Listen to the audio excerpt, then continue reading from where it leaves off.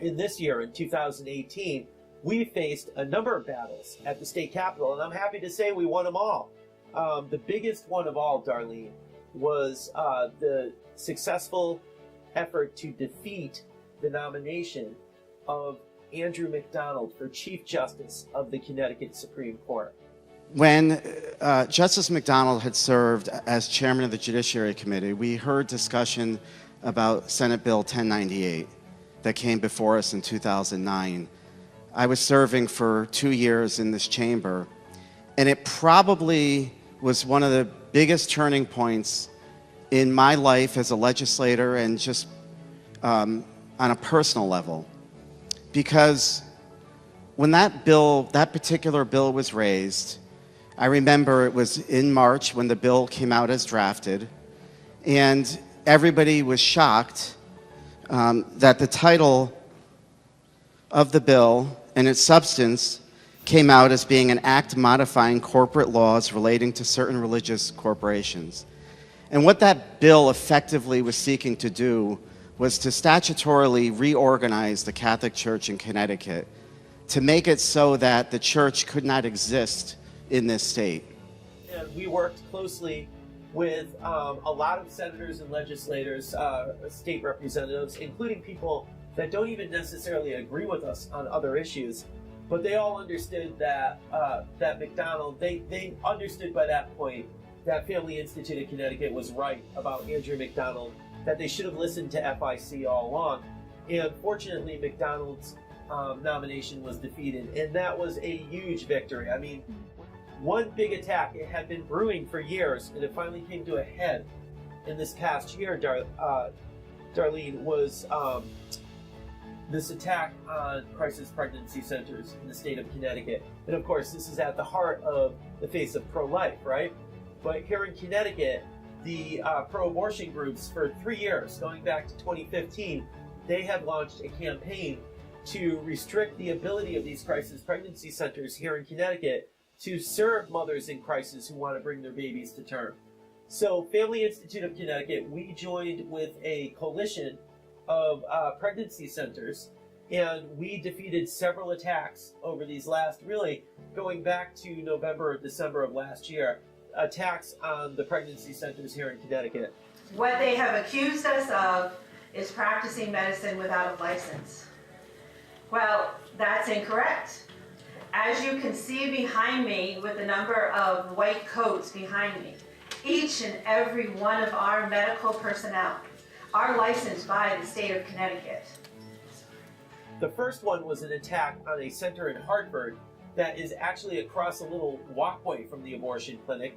And on the municipal level in the city of Hartford, the pro-abortion lobbyists got the city of Hartford to pass a ordinance that forces the pro-life center, not the abortion clinic, only the pro-life center, to have a sign, declaring that they don't have medical personnel there.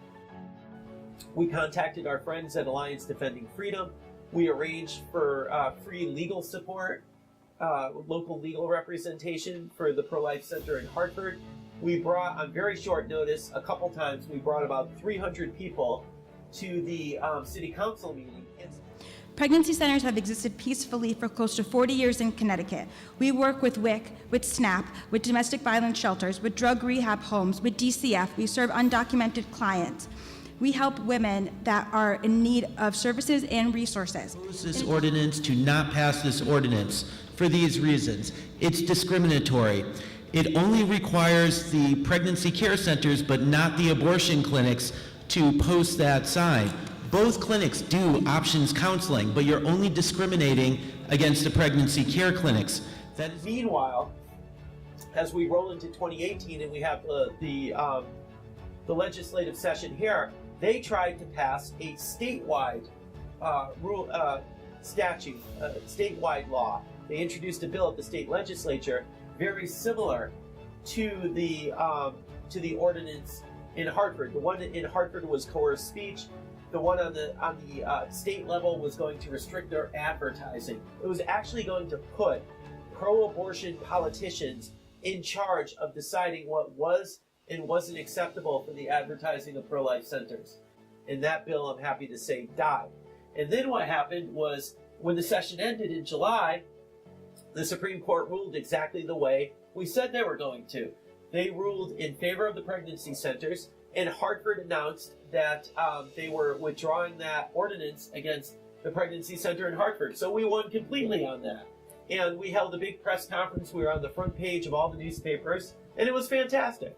Another big win that we had for the fourth time was assisted suicide. It tells them that your life is unworthy of life, that for some people we don't have assisted suicide, but for you, maybe your life is less valuable. So for the fourth time in 5 or 6 years, there was a public hearing on assisted suicide. I'm happy to say we crushed it again. For the fourth time, it never even made it out of committee. They never even gave it a vote. The votes were not there. It's amazing to me because there's so little support for this. We crush this every time. Defending pro-life pregnancy centers from vicious pro-abortion attacks. Defending disabled and elderly people from assisted suicide. Stopping anti-religious liberty activist Andrew McDonald from becoming Chief Justice of our state Supreme Court. Speaking up for our values of faith and family in Connecticut when almost no one else will. I want to thank you for all the support that you have given to Family Institute of Connecticut over the years. It made our work possible this year and in all our previous years. And I want to ask you again for that continued support. Thank you so much for everything that you allowed us to do in Connecticut this year for our shared values. And thank you for continuing to partner with us now and in the years ahead.